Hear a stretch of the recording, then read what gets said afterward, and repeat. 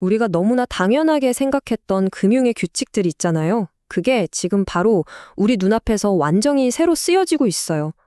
뭐 은행 거래는 물론이고 금융 보안, 심지어 앞으로 돈이 어떻게 움직일지 그 방식까지 전부 다 말이죠.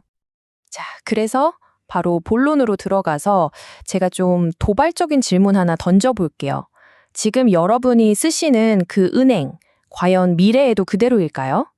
어쩌면 곧 구닥다리 유물이 되어버리는 건 아닐까요? 이 변화의 가장 중심에는요, 바로 고객, 그러니까 우리 자신이 있어요. 금융기관을 바라보는 우리 생각이 완전히 달라지면서 예전에 그 주거래 은행이라는 개념, 이게 지금 뿌리채 흔들리고 있다는 겁니다. 하나금융연구소에서 나온 이 분석이 진짜 핵심을 딱 짚었는데요. 예전처럼 뭐 정이 들어서 혹은 그냥 익숙해서 은행을 고르는 시대는 끝났다는 거예요. 이제는 기능, 그러니까 나한테 실질적으로 뭐가 더 이득이냐, 이게 제일 중요해졌다는 거죠. 그러니까 예전에는 주거래 은행 하나 딱 정해놓고 쭉 썼잖아요. 감성적으로나 뭐 습관적으로나. 근데 이제는 아니에요. 금리 제일 높은 곳, 앱이 제일 편한 곳, 이런 식으로 나한테 필요한 걸 딱 채워주는 필요 충분 은행을 찾아다니는 거죠. 한 군데 얽매이는 게 아니라 여러 은행을 필요에 따라 똑똑하게 쓰는 멀티뱅크 전략, 이게 이제 대세가 된 겁니다. 이 숫자를 보시면 확 와닿으실 거예요. 이게 바로 그 충성도가 떨어지고 있다는 명백한 증거거든요. 불과 2년 전만 해도 소비자 43%가 은행 고객 등급을 신경 썼는데 지금은 보세요. 35%까지 뚝 떨어졌어요. 그러니까 은행이 우리 고객님 등급 높여드릴게요, 혜택 드릴게요 해도 예전만큼 먹히지 않는다는 거죠. 자, 그럼 이렇게 충성심이 사라진 빈자리는 대체 뭐가 채우고 있을까요? 요즘 우리는 도대체 뭘 보고 내 돈을 어디에 맡길지 결정하는 걸까요? 답은요, 아주 현실적이고 실용적이에요. 일단 쓰기 편한 모바일 앱, 이게 기본이고요. 그리고 당연히 예금이나 대출 금리가 더 좋아야겠죠? 또 나한테만 필요한 어떤 특별한 투자 상품 같은 거. 마지막으로는 위험을 분산하고 혜택은 최대로 끌어올리기 위해서 자산을 여러 곳에 나누는 전략. 한마디로 우리가 그 어느 때보다 훨씬 더 똑똑해졌다는 겁니다. 그런데 말이죠. 이렇게 모든 게 바뀌는 데에는 당연히 어두운 그림자도 따라오기 마련입니다. 금융 환경이 발전하는 속도만큼이나 우리 돈을 노리는 범죄 수법도 훨씬 더 교묘하고 또 지능적으로 진화하고 있거든요. 이 숫자 정말 충격적이지 않나요? 2024년 딱 한 해 동안 적발된 보험 사기 금액만 무려 1조 1,500억 원이래요. 역대 최고 기록입니다. 근데 이게 남의 얘기가 아닌 게 결국 이 돈은 고스란히 정직하게 보험료 내는 우리 모두의 부담으로 돌아온다는 거죠. 그래프를 보면 아시겠지만 보험 사기 적발 금액이 정말 무섭게 치솟고 있어요. 멈출 기미가 안 보입니다. 이 가파른 상승 곡선, 이게 그냥 범죄가 좀 늘었네? 이 수준이 아니라는 거예요. 이건 우리 사회 전체의 신뢰 기반을 흔드는 아주 위험한 신호입니다. 그럼 이 1조 원이 넘는 사기 도대체 어떻게 이루어지는 걸까요? 들여다보면 더 기가 막힙니다. 절반 이상 거의 60% 가까이가 사고 내용을 살짝 바꾸거나 피해를 부풀리는 수법이에요. 그리고 아예 있지도 않은 사고를 만들어내는 게 한 20%, 일부러 사고를 내는 게 한 15% 정도 된다고 합니다. 근데 여기서 진짜 중요한 포인트가 있어요. 이게 그냥 사기꾼이 많아지는 문제가 아니라는 겁니다. 범죄가 점점 더 조직화되고 있다는 거예요.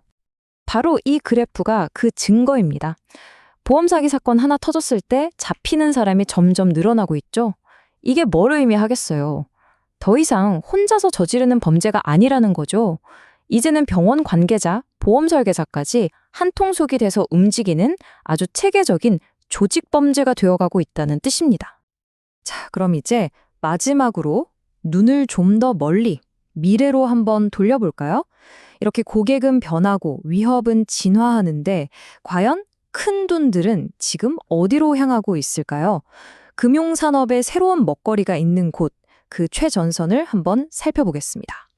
지금 우리가 주목해야 할 거대한 흐름은 딱 두 가지입니다. 하나는 기업 대출 시장의 새로운 강자, 사모금융이고요. 또 다른 하나는 전 세계 결제 시장의 판을 뒤흔들고 있는 스테이블 코인입니다. 아마 사모신용이나 사모대출이란 말이 좀 낯설게 들리실 수도 있어요. 아주 쉽게 말해서 공개된 시장 바깥에서 기업들끼리 직접 돈을 빌려주고 받는 거예요. 훨씬 빠르고 조건도 유연하니까 뭐랄까 기업 대출계의 VIP 전용 창구 같은 거라고 생각하시면 딱 맞습니다. 전 세계 큰 은행들이 왜 이 시장에 군침을 흘리는지 이 숫자를 보면 바로 이해가 됩니다. 2029년이 되면 이 시장 규모가 2조 6천억 달러, 우리 돈으로 계산하면 3천조 원이 훌쩍 넘을 거라고 해요. 정말 어마어마한 성장 잠재력을 가진 새로운 황금알을 낳는 거위인 거죠. 그리고 또 다른 개척지, 바로 스테이블 코인인데요. 이건 성장세가 정말 입이 떡 벌어질 정도입니다. 이 스테이블 코인으로 결제하는 카드 사용액이 불과 2년 만에 4배 넘게 폭발적으로 늘었어요. 이게 무슨 뜻이냐면 더 이상 무슨 어려운 기술 얘기가 아니라 우리 실생활에서 쓰는 진짜 돈이 되어가고 있다는 증거죠. 스테이블 코인이 왜 그렇게 게임 체인저라고 불리는지 기존 은행 송금이랑 비교해보면 바로 답이 나옵니다. 며칠씩 걸리고 수수료는 비쌌던 해외 송금, 이게 거의 실시간으로, 그것도 수수료는 거의 공짜 수준으로 가능해지는 거예요. 은행 문 닫는 시간이랑 전혀 상관없이 1년 365일, 24시간 내내요. 이게 바로 우리가 마주할 결제의 미래입니다. 자, 그럼 오늘 이야기의 핵심을 쫙 정리해 볼까요? 지금 금융세계는요, 훨씬 더 빨라지고 더 세분화되고 그리고 완전히 새로운 룰 위에서 돌아가고 있습니다. 고객의 마음은 기능으로 향하고 범죄의 위협은 조직적으로 변하고 거대한 돈의 기회는 신기술로 옮겨가고 있다는 것. 이게 핵심입니다. 이렇게 충성심이라는 낡은 개념은 사라지고 기술이 모든 걸 뒤바꾸는 시대에 여러분은 앞으로 누구를 또 무엇을 믿고 소중한 여러분의 금융 무례를 맡기실 건가요? 한번 진지하게 고민해봐야 할 질문이 아닐까 싶습니다.